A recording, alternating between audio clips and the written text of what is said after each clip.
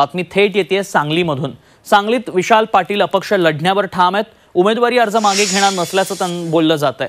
अर्ज मागे घेण्याची मुदत दुपारी 3 वाजता संपते, त्यामुळे अर्ज मागे घेण्याची मुदत संपायला काहीसा वेळ शिल्लक आहे। स्वाभिमानी शेतकरी संघटनेचे उमेदवार महेश खराडे यांचा उमेदवारी अर्ज मागे घेण्यासाठी विशाल पाटलांच्या समर्थकांकडून प्रयत्न सुरू आहेत। तसंच इतर अपक्षांना आपल्याकडे वळवण्यासाठी विशाल पाटील गटाच्या जोरदार हालचाली सुरू आहेत। मात्र अर्ज मागे घेण्यासंदर्भात विशाल पाटील यांच्या गटातून कोणतीही हालचाल दिसत नाही। म्हणलं ना कार्यकर्त्यांना मला माझ्यावर रोज काय नाही बोलणार आहे थोडा वेळ यायला लागेल।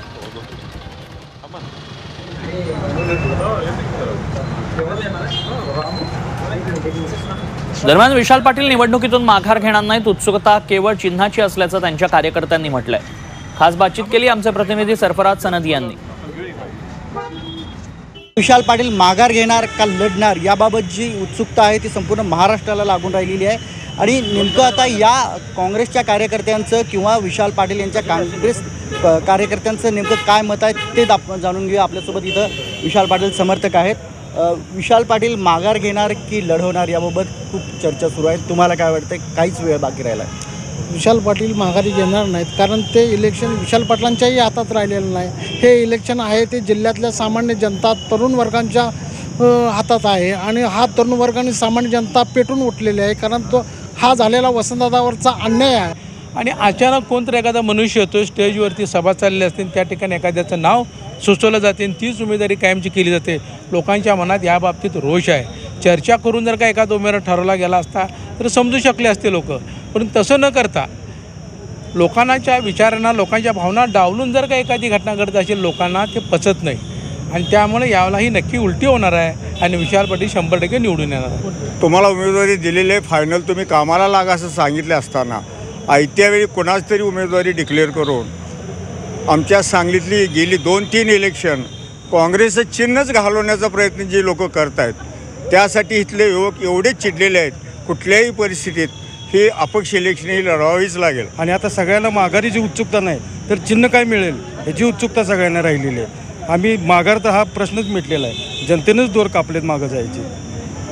तर या ठिकाणी माघाऱ्याचा जो विषय आहे तो संपलेला आहे। फक्त उत्सुकता जी आहे ती चिन्हाची असल्याचं कार्यकर्त्यांचं मत आहे। त्यामुळे विशाल पाटील लोकसभेच्या आखाड्यात असणार आणि ते निवडणूक लढवणार हे कार्यकर्त्यांच्याकडून स्पष्ट करण्यात येत आहे। कॅमेरामॅन सुजितचा सरफराज सनदी, झी24 तास, सांगली। तर सांगलीतून विशाल पाटील अपक्ष लढण्यावर ठाम असल्याचं पाहायला मिळतंय। उमेदवारी अर्ज मागे घेणार नसल्याचं बोललं जात आहे। अर्ज मागे घेण्याची मुदत ही जवळपास संपलेली आहे, त्यामुळे अर्ज मागे घेण्याची मुदत संपलेली असताना आता काय निर्णय घेतला जातो? स्वाभिमानी शेतकरी संघटनेचे उमेदवार महेश खराडे यांचा उमेदवारी अर्ज मागे घेण्यासाठी विशाल पाटलांच्या समर्थकांकडून प्रयत्न सुरू आहेत। अधिक माहिती जाणून घेऊ। आमचे प्रतिनिधी सरफराज सनदी सध्या आपल्या संपर्कात आहेत। सरफराज, विशाल पाटील भूमिकेवर ठाम असल्याचं पाहायला मिळतंय, काय नेमका निर्णय झालाय? या ठिकाणी आता जवळपास विशाल पाटलांची बंडखोरी जी आहे ती कायम आहे। शेवटचे आता 2 मिनिटं राहिले जरी असले तरी विशाल पाटलांनी आपली उमेदवारी मागे घेतलेली नाही आहे। त्यामुळे आता या सांगली लोकसभेच्या आखाड्यात विशाल पाटलांनी आपली बंडखोरी जी केली होती ती कायम ठेवलेली आहे। त्यामुळे आता या ठिकाणी महाविकास आघाडीचं जे आहे ते टेन्शन वाढणार आहे।